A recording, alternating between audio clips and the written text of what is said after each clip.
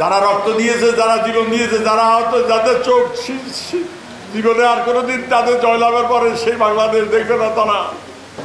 তারা আমরা বেঈমান বিশ্বাসঘাতক হয়ে যাবো, রক্তের সাথে বেঈমানি। এদের ক্ষমা এরা নরাদম, এরা মানুষ নয়, শুনি না, এদের ক্ষমা করা যায় না।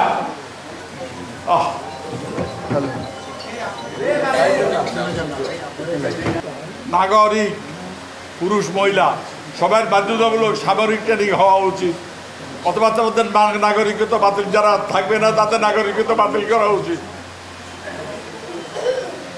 আমরা বহু বছর ধরে এই স্বৈর শাসনের বিরুদ্ধে, উপনিবেশ শাসন ব্যবস্থার বিরুদ্ধে সংগ্রাম করে আসছি।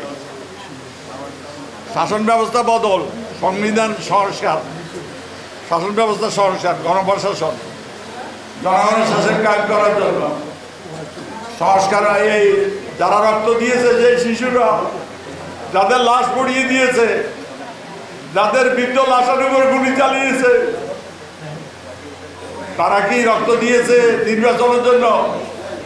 আমি শুধু আপনাদের কাছে বলতে চাই, নির্বাচন আমরা অবশ্যই করব, নির্বাচন অবশ্যই লাগবে, তবে সংস্কার ছাড়া নির্বাচন করে যে এই জাতির কোনো লাভ, এই রক্তের সাথে বিশ্বাসঘাতকতা করা, শিশু, কিশোর, যুবক, শ্রমজীবী, কর্মজীবী, পেশাজীবী, পুরুষ মহিলা, যারা রক্ত দিয়েছে, যারা জীবন দিয়েছে, যারা আহত, যাদের চোখ জীবনে আর কোনোদিন তাদের জয়লাভের পরে সেই বাংলাদেশ দেখবে না তারা।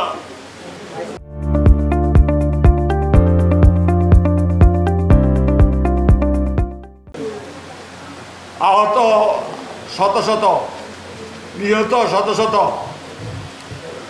শিশু পঙ্গু হয়ে গেছে অনেকে, অনেকের পরিবারের এই শিশু সন্তানের পালন করা মা বলছে, আমি ভাত নিয়ে বসে আছি, আমার সন্তান কোথায়?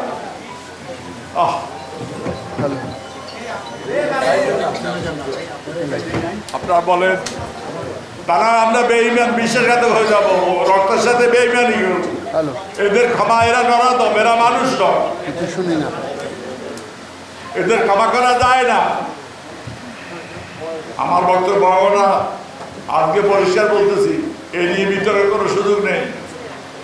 নির্বাচন আমরা অবশ্যই করব, তবে যারা রক্ত দিয়ে, জীবন দিয়ে, প্রাণ দিয়ে, পঙ্গু হয়ে আমাদেরকে মুক্ত করেছে স্বৈর শাসনের হাত থেকে, বেশিরভাগ স্বৈরাচারের হাত থেকে, প্রতিবাদী সরকারের হাত থেকে, তাদের রক্তের প্রতি যদি শ্রদ্ধা দেখাইতে হয়, তাহলে সংবিধান সংস্কার এবং শাসন পদ্ধতি, রাষ্ট্র ব্যবস্থা মেরামত করতে হবে। এটা করা ছাড়া কোনো উপায় নেই। এবং স্বাধীনতা সার্বভৌমত্ব যদি রক্ষা করতে হয়, জাতিকে ঐক্যবদ্ধ থাকতে হবে।